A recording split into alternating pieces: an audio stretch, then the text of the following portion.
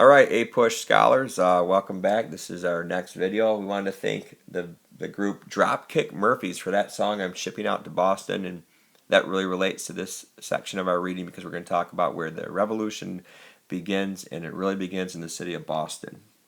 Okay, we're going to continue learning about period 3, 1754, the start of the French and Indian War, up to the year 1800. This chapter, the end of chapter 7, goes from 1763, the end of the French and Indian War, up until the Battle of Lexington and Concord, the beginning of the American Revolutionary War.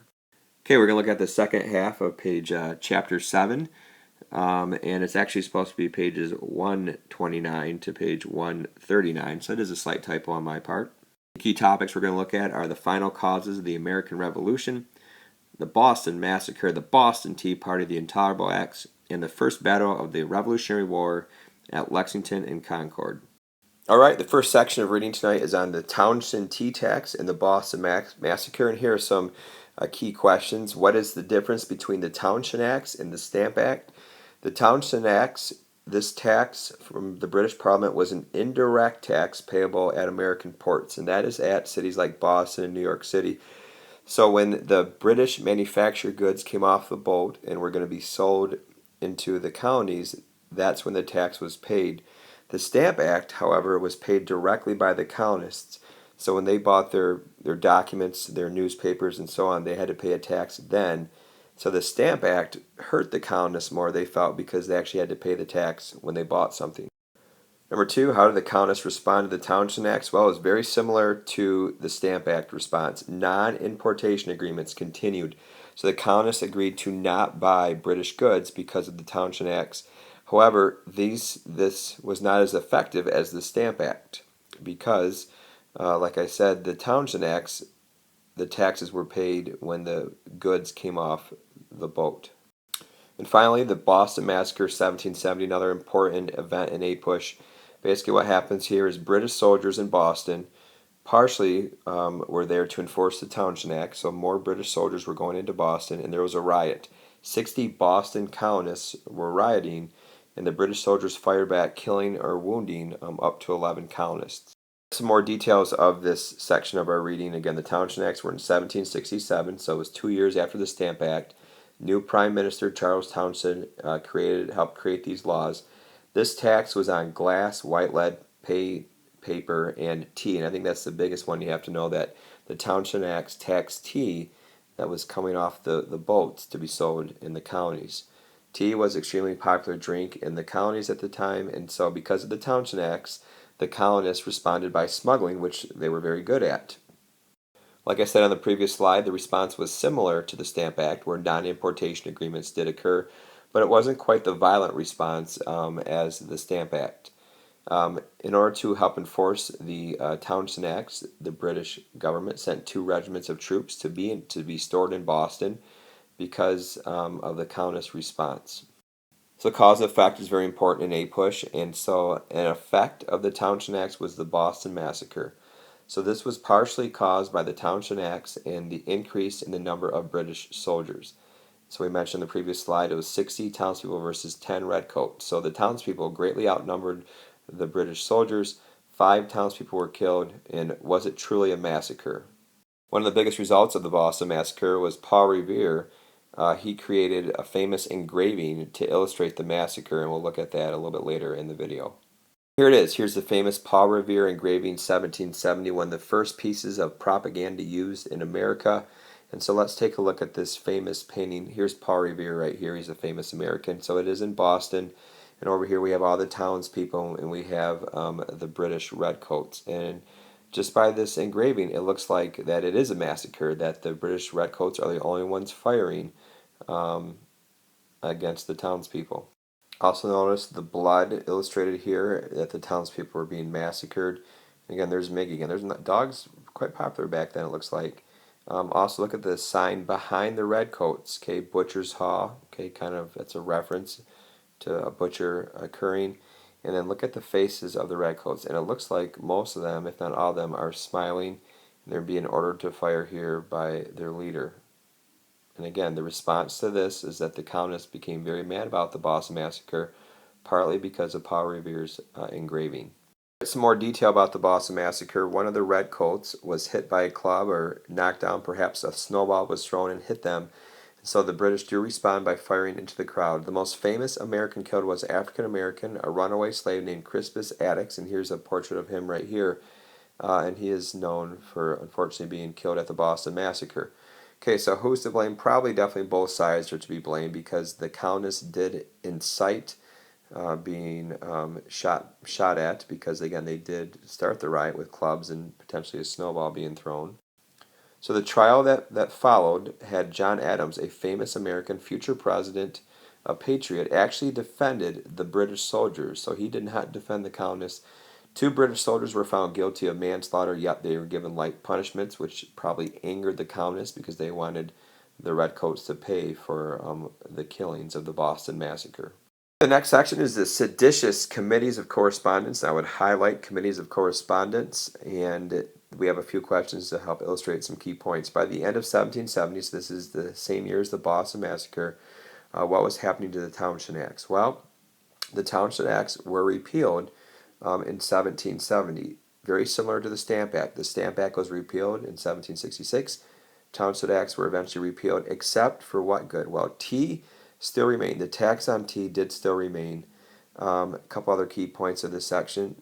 The person who became known as the penman of the Revolution, so maybe the greatest writer of the Revolution to get the Countess to support independence, was Sam Adams. And we're not reading about him on Friday.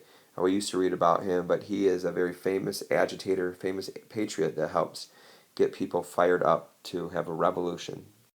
So Sam Adams basically helped found this organization called the Committees of Correspondence, and basically what this was, where a bunch of writers would write into newspapers and pamphlets, and they would basically send this information throughout the counties and keep everybody posted on what's going on. And basically it spread the news and propaganda, and the propaganda was designed to keep alive opposition to British policy.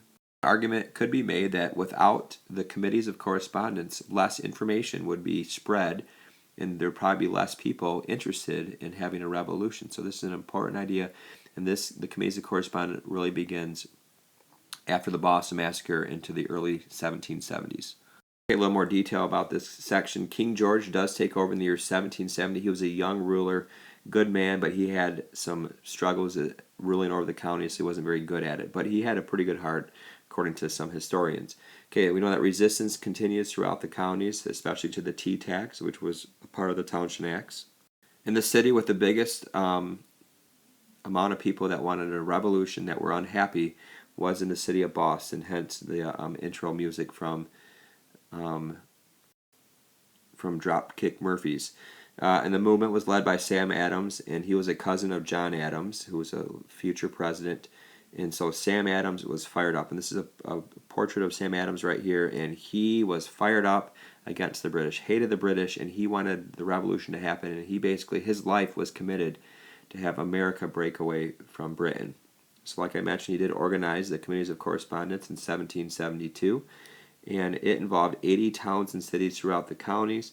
Every single county had a committee by 1775 when Lexington and Concord happens to start the Revolutionary War. And so this was very important. The Committees of Correspondence were, highlight that, to spread propaganda by exchanging the letters. And the key thing, a result of this, besides spreading information, was unifying the counties. Because most of the problems were in New England, and specifically in Boston, the Committees of Correspondence helped counties such as South Carolina, Georgia, North Carolina, help them become aware of the problems Boston is facing. And it helped these southern counties have sympathy for Boston and eventually support the revolution.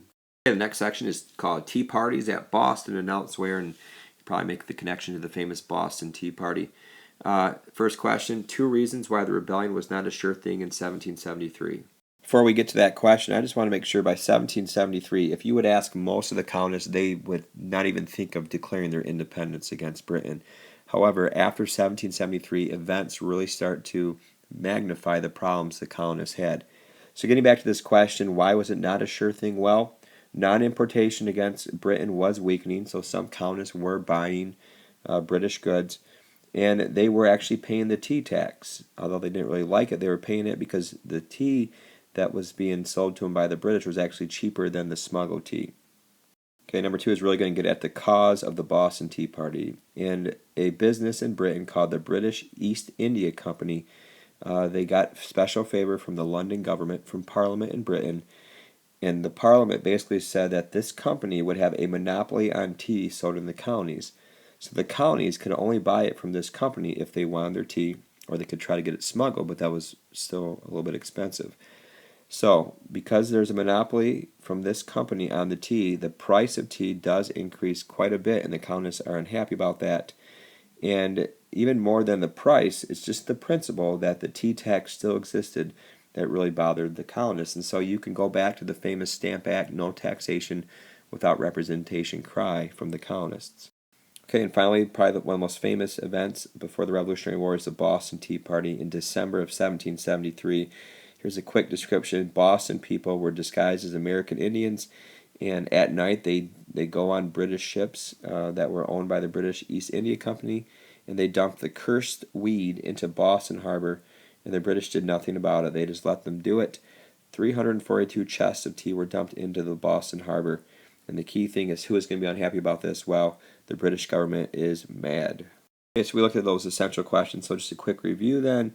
So 1773, Boston East India Company is overburdened with a bunch of tea they want to get rid of, and so the British government allows the East India Company to sell their tea to the American colonies, and so they have a monopoly, and it makes the Americans mad. We also mentioned that the tea actually was cheaper than the normal tea cost, but the tax was on the tea tax, and the colonists were mad about more taxes. So they also feared that future monopolies could happen with other products besides tea, and that made them mad that they were basically being controlled by the British government. And the famous saying, no taxation without representation, does apply here. So the Boston Tea Party does happen in December 1773. There was also another tea party where the colonists dumped tea in Maryland, but that's not quite as famous as the Boston Tea Party. And this is one that we're going to have to know for APUSH. Okay, the next section then of your reading is Parliament passes the Intolerable Acts, and to me this could be the besides the Stamp Act, this is the worst law passed against the colonists, and this is directly in response to the Boston Tea Party. And so these terrible laws, according to the colonists, were called the Intolerable Acts. They were also called the Repressive Acts and the Coercive Acts. A couple of different names that refer to the same laws, and so the one that we like to use in APUSH are the Intolerable Acts. This is passed right after the Boston Tea Party, and this was designed to punish Boston for the Tea Party. So what was involved in the Intolerable Acts? Number one, and probably the biggest one, highlight this one, Boston Harbor was closed until the damages was paid for dumping of all the tea. And we know that trade, commerce was very important to New England, and especially Boston Harbor. And so this was going to cripple the Boston economy. And so this really hurt the colonists probably the most, made them the most upset. But the British government added more laws that were part of the Intolerable Acts. Martial law of Boston by the British government. What that means is that the redcoats were now out on the streets, and basically they were in control of the city. People had very little freedoms. The British Army was in charge of Boston. And if a British soldier was accused of a crime in Boston, they were sent back to Britain for trial. And that made the colonists mad because they felt the British soldiers could break any law they want and then be sent back to Britain, and they would get away with it. And so that made them mad as well. Another law that we associate with the Intolerable Acts, but is kind of a separate law, was the Quebec Act. It's the same year as the Intolerable Acts, and this really also upset the colonists. 60,000 French, we know, were left in Canada after the French and Indian War. And so the Quebec Act, created by the Parliament, said that the French were allowed to retain many of their old customs and institutions, and the Canadian border was going to be sent all the way down to the Ohio Valley. We'll look at a map in a little bit to show this. But this really made the Americans mad because now they can't really go out west like they wanted to. In addition, in Canada, they did not have a representative assembly or trial by jury. So these were some beliefs that the Americans felt were right, but now in Canada they don't have these basic rights. The Americans felt that maybe the British would try to impose this on the colonists, so they were upset about that, and they thought the same thing could happen in America. Okay, this map illustrates the Quebec Act of 1774, and again, we like to think that this is a part of the Intolerable Acts. And so here's the map. Here are the 13 counties owned by the British, and this is also owned by the British up here, but the Quebec Act said that this region of Canada, which were mostly French Catholics, their land actually now is going to extend all the way down towards the Ohio Valley and Great Lakes. And so this really made the Americans here really mad, because now they really can't travel further west now because the French were there. And so they were really mad that the British passed the Quebec Act. The next section is the Continental Congress and bloodshed. So I think this is so important. A lot of this is cause and effect, causation. After the Intolerable Acts were passed, the counties decided to create the first Continental Congress. And maybe I should have had the word first here. This is the first Continental Congress in the year 1774. They met in Philadelphia to consider the grievances. Grievances are an important term. A grievance is just something is a wrong. And so the counties felt the British government wronged them many different ways. So they wanted to talk about the problems they had with King George III in Parliament. 12 of the 13 counties were represented. And we've already had 2 other congresses meet. Albany in 1754, only 7 counties met. Stamp Act Congress 1765, 9 of the 13. And now we have almost every single one was represented, 12 of the 13. And at this first Continental Congress, we had some very impressive people. Again, Sam Adams, Committees of Correspondence, great agitator. John Adams, his cousin. Look at George Washington, Patrick Henry, give me liberty or give me something else. I don't want death. And so the first Continental Congress is not a legislative body, so they did not make laws there, but they just wanted to talk to each other and talk about their grievances against King George III. And so it's not a Congress that makes laws, it's just a get-together or a convention. Perhaps the most important action was to call for a complete boycott of the British goods. So I would highlight this. So not only are we not buying British goods, but we are not even going to sell our goods to the British as well. And this agreement is called the Association. I would highlight this. And so now things are getting more and more tense in America. Here in this section, the first battles of the American Revolutionary War are at Lexington and Concord. They're not even battles, really.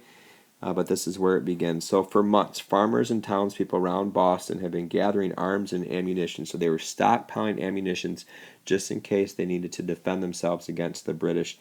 They also had a trained militia, and these were called the Minutemen. So they would be ready to fight the British at a minute's notice. The British general in charge of New England, and especially Boston, was Thomas Gage. So I don't think you need to know him, but he knew of these military preparations, and so he wanted to find and to capture these arms and ammunition, these weapons. And so they were looking to arrest Sam Adams and John Hancock. We'll talk more about him later. But that's what the orders were for the Redcoats to go to these 2 towns, Lexington and Concord, arrest these 2 men, and seize the weapons. Let's get into the specifics of the battles of Lexington and Concord that start the Revolutionary War. So the shots are fired at Lexington and Concord, and these shots are the famous quote, "The shot heard round the world," because of its significance in history. And so this is really the beginning of America becoming America. And at Lexington, 8 Americans were killed, no British. And it was really more of a Lexington massacre, and it really was just a small little battle. However, the Redcoats continued to Concord 18 miles further down the road, and they were forced to retreat. So the Minutemen are able to technically defeat the Redcoats, and they killed 70 of the British soldiers, and 300 were injured by the American Minutemen. And the warfare used was guerrilla warfare by the Americans. They used hit-and-run tactics. They'd hide behind bushes and trees, and as the British walked down the road, they would fire at them and then run away. And lastly, this illustration is of Paul Revere. Paul Revere's ride, the famous ride where he yells out, "The British are coming, the British are coming," warning Lexington and Concord Minutemen that the British were on their way, and he was correct.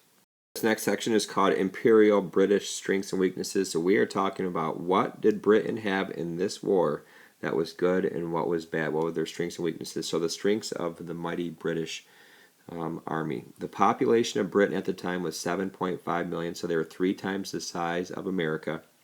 They also had a professional army, so they were well trained in warfare, and they could also hire mercenaries. These were called German Hessians, and we'll get to them later. I believe it's in chapter 8, but they were more interested they really were not interested in duty. They were interested in something else that rhymes with duty. We'll learn about that later. They're more interested, oh, there it is. They're more interested in booty than duty, page 144. Oh my goodness, many of my APUSH alumni, that's all they remember from APUSH is the Hessians and Booty and Duty. I wonder why. And lastly, the British, getting back to my main point here, the British had 50,000 Americans that supported them still, and they were called the Loyalists, and some American Indian tribes also support the British. So the British had some Americans, 50,000 of them, that actually supported their cause during the Revolutionary War. However, the British also had some severe weaknesses, and the first thing is, I can't believe I'm going to say this, but I'm going to, France saves America. That doesn't happen too often in history, but the French were our biggest helper and friend in this war, and they hated the British, and they might help us out fight the British, and in fact they do. Continuing, many British didn't want to fight against a fellow Englishman, so the British usually had no problem fighting against French or Spanish soldiers, but to fight against their own kind, their own blood, they had a problem with that. Some of the British officers were not very good. They were second rate, and because they were so far away, getting provisions such as food and supplies was scarce, and so a lot of times they were starving, were the British soldiers. Also, and another huge one is the distance. Britain was 3,000 miles away from America, and so it would take a long time to communicate orders from Parliament and the King, and it's also difficult for them to mobilize for war. And here's the key thing, the British had to conquer the colonies, so they had to fight an offensive war, and so that made it more difficult trying to attack and find the American patriots. And the good thing about America is we did not have a giant city where if the British captured this city, the war would be over. Okay, like if Britain was fighting France, if they captured Paris, they would win the war. But America did not have any major city. So even when the British capture New York City, the war continues. Okay, so now we're going to look at the American strengths and weaknesses. We just looked at the British heading into the Revolutionary War. All right, so the strengths, great leadership, George Washington, Ben Franklin. So they had great leaders that were trying to lead this new country along. France also becomes a huge help. They help us, especially fighting the British after the Battle of Saratoga. Also, we had many European officers help us. Marquis de Lafayette, a sweet name to say in your spare time. He was from France, and he did help lead some American soldiers. And another important thing is that we could fight a defensive war. The British had to find us, and they had to capture the Patriots, the Americans, and that made it easier for us to be successful because we could be defensive. So we know about the backcountry Scots-Irish. The backcountry Buckskins were tough, self-reliant, excellent marksmen, and so that was helpful as well. And then finally, we probably had the moral advantage, the glorious cause for independence, for freedom against a tyrannical king. However, we did have some weaknesses, and so we were very poorly organized, and we were definitely unprepared for war. Even though we did have the First Continental Congress, there was some unity involved, or lack of unity, excuse me, between all the colonies, and jealousy did develop. Obviously, the Virginians and the Massachusetts colonists didn't agree on many things. Money was a problem, skyrocketing prices, inflation went up, and unfortunately, many soldiers did desert because of not getting paid and the economic problems back home. When their families are starving or struggling, they thought they should be there to try to support them than fight the war. Okay, the final section of reading is a thin line of heroes, and so here are some essential questions. Where did the majority of blacks come from that fought for the Americans? Most of the blacks came from the northern states because many of them were free. Most of the slaves were in the South, and so the free blacks wanted to fight on the side of America. Number two, what happened to many black loyalists that fought on the side of the British? The black loyalists were actually sent, 14,000 were sent to Jamaica, some to Canada and some to England. And so many of these black loyalists were former slaves that wanted their freedom. Unfortunately for them, the British did lose, and so they left America. Number three, about how many colonists attached themselves to the cause of independence. And I think this is an important thing that I would highlight, is that this was a minority movement. So a minority of colonists actually supported the revolution. A good majority of them were neutral, didn't really take a stand, and some, called the Loyalists, supported Britain. So again, I think it's important to restate it, that not a majority of Americans were supporting the revolution. And then a quick review, we already talked about this in the previous slides. The military supplies were lean, especially the firearms and gunpowder, so getting resources was difficult to fight this war. Unfortunately, manufacturing was very limited in the colonies because most of our manufactured goods we bought from England and so that was also in short supply. And the soldiers were poorly dressed and equipped. Sometimes they did not have shoes. Famous story of George Washington at Valley Forge with many of his soldiers freezing to death. Most of our militia were not well trained to fight a war with the British Redcoats. We did, like I mentioned, some African Americans fought on both sides, some for the American cause and some for the British side, trying to get their freedom. And how do we win? Because I think we do win. America does win. And so the next chapter, 8, will talk about the specific battles and how America wins the Revolutionary War.